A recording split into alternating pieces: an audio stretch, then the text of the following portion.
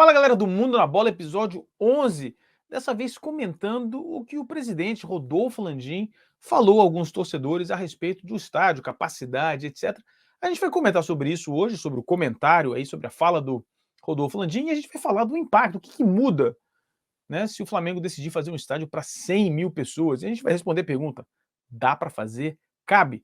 A gente vai responder isso aí com todos os detalhes que você já conhece aqui no Mundo na Bola, depois da nossa vinheta.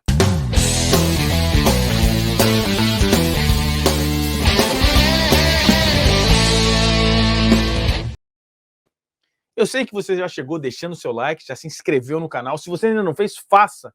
É importante para a gente está crescendo aos poucos e o seu like é muito importante. Bom, primeiramente vamos ver aí o que falou o Rodolfo Landim. Meu amigo, você tirou daqui, vai ter no mínimo 100 mil. Porra, isso aí, porra! Vamos que vamos!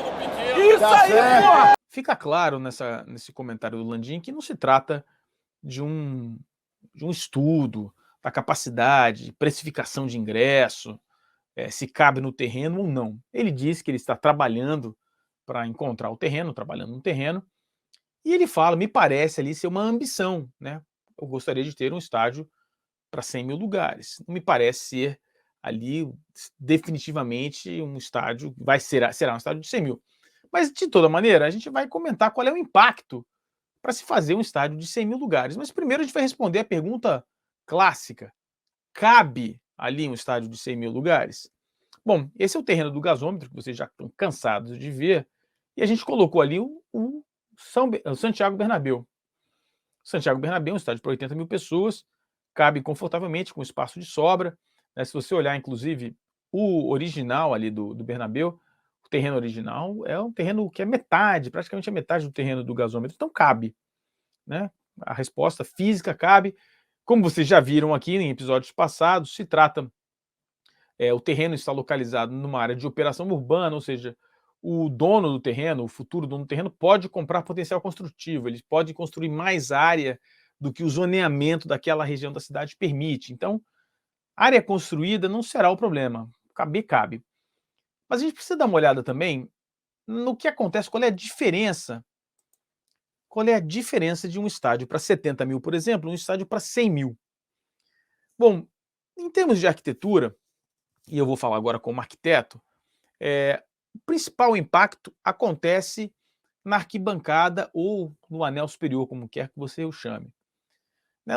Você vê ali no modelo de 70 mil lugares, você tem aproximadamente 30 mil lugares nos anéis inferiores e você tem 40 mil lugares nos anéis superiores, ou no anel superior. No caso, no outro exemplo, você tem 100 mil lugares, você tem 30 mil lugares nos anéis inferiores, praticamente o mesmo número, talvez um pouco mais, mas ali o exemplo é de 30 mil e depois 70 mil no anel superior. Uma coisa importante a respeito disso é o seguinte, você não vai querer aumentar muito o número de pessoas no anel inferior, porque você aumentando, você acaba afastando a sua arquibancada, o seu anel superior começa a ficar mais longe, porque você não pode cobri-lo totalmente, ou seja, você precisa empurrar para trás. E fazendo isso, você aumenta a área do terreno que você vai precisar e você coloca as pessoas na arquibancada superior mais afastadas do gramado. Ou seja, a solução não é essa. A solução passa por verticalizar mais, como você está vendo aqui no desenho, e aumentar a capacidade do anel superior. Aqui a gente tem um exemplo de 40 mil originalmente para 70 mil. E qual é o impacto disso? Bom, começam a haver diferentes impactos. Um dos impactos, você está vendo nessa imagem aí, é o estudo que refere-se à evacuação, à saída, quanto tempo demora para as pessoas mais afastadas da saída precisam para sair no caso de alguma emergência, um incêndio, uma briga ou alguma coisa do gênero. É claro, as pessoas nos anéis inferiores, próximos ao gramado, numa situação de tragédia, eles vão ocupar o gramado, isso é previsto. Tá? Mas as pessoas nos anéis superiores não conseguem ter esse acesso. E aí, a diferença de um estádio para 70 mil pessoas, com 40 mil pessoas no anel superior, como vocês viram aqui, começa a se tornar muito importante. Você tem praticamente o dobro de pessoas e você mantém praticamente os mesmos gargalos de saída. Por quê? Porque se você cria uma setorização no estádio, por exemplo, a cada setor da arquibancada superior você tem uma saída, uma entrada ou uma catraca, por exemplo, o que acontece é que você aumenta o custo operacional demais do estádio. E mesmo que você assim o faça, haverá um outro gargalo um pouco mais à frente para a saída geral do estádio.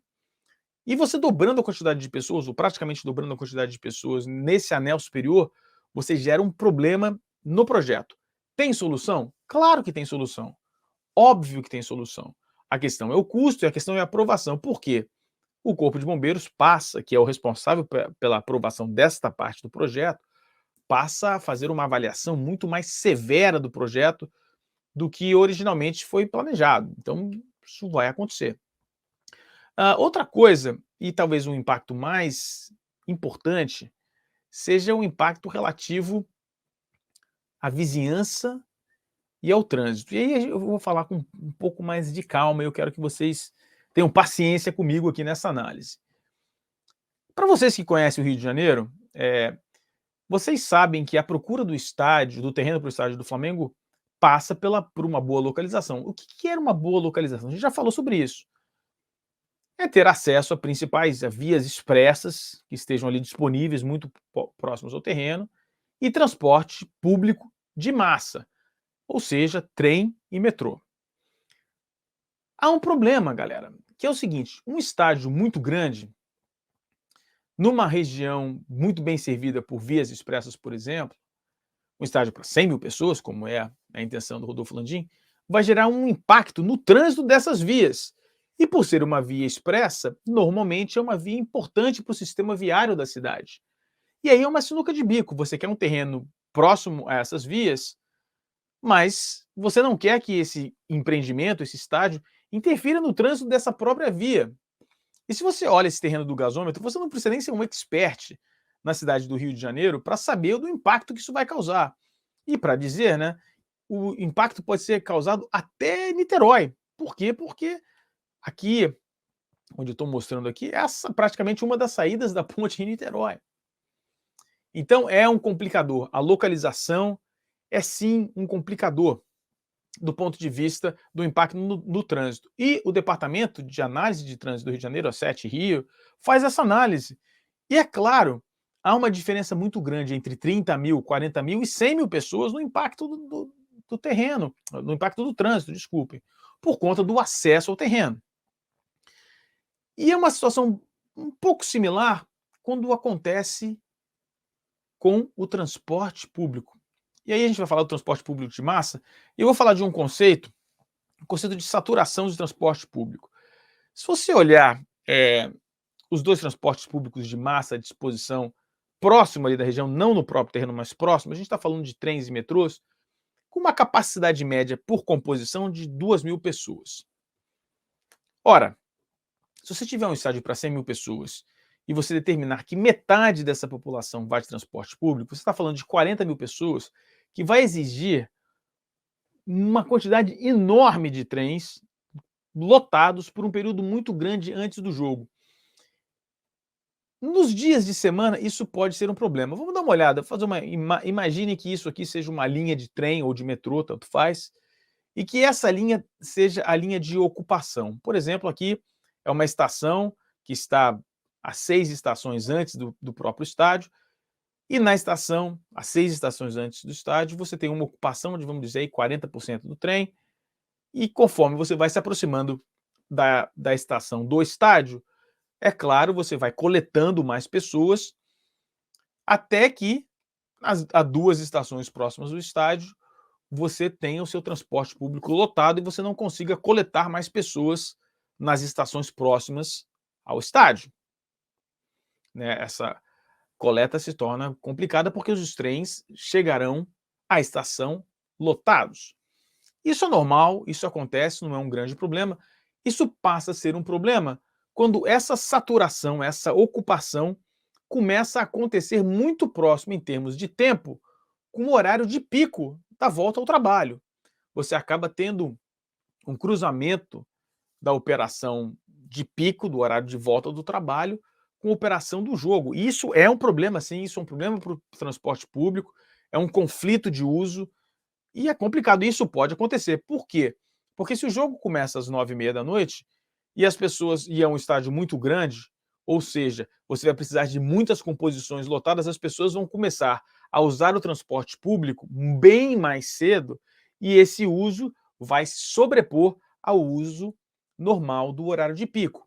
E isso é sim um problema. E isso empurra as pessoas, algumas pessoas, a usarem carros. Então você vai ter que ter uma infraestrutura também grande, bem gerida, de um prédio, um edifício garagem com saídas múltiplas para evitar o aglomeramento em uma determinada via expressa. Isso sim é um problema sério. E o impacto, a diferença entre 40 mil, 60 mil e 100 mil é gigantesca. Então, o resumo da ópera é o seguinte: cabe, cabe. É aprovável? É aprovável. Vai ter impacto no transporte público? Vai. Dá para solucionar? Dá para solucionar. Mas o nível de complexidade é muito maior. E, infelizmente, não é linearmente maior, é exponencialmente maior. Aumenta desproporcionalmente. Então, dá para fazer? Dá para fazer. É possível? É possível.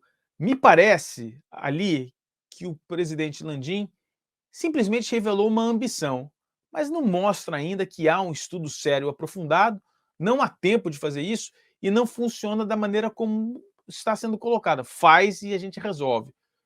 Neste cenário, gera uma situação que o torcedor do Flamengo já conhece, a preocupação com a aprovação do projeto, as dificuldades que são faladas aí há muito tempo. Um projeto de um estádio para 100 mil lugares é um processo muito mais complicado e vai além da ambição do presidente. É um processo técnico que tem uma interferência não só naquela região, mas passa a ter uma interferência na cidade praticamente inteira. É isso aí, galera. Então fique ligado. Dá para fazer um terreno? Dá para fazer de 100 mil? Dá para fazer. Só estou falando aqui o quão complicado é. Não se esqueça, deixe seu like, se inscreva no canal, marque o sininho de notificação, comente aí embaixo, compartilhe isso aí. A gente bateu 20 mil inscritos, agora a gente está indo para 30 mil. Deixe seu like, se inscreva no canal e a gente se vê aqui no Mundo na Bola, onde futebol é muito mais que esporte, futebol é cultura. É impossível você amar o seu time se amar o futebol. Fomos!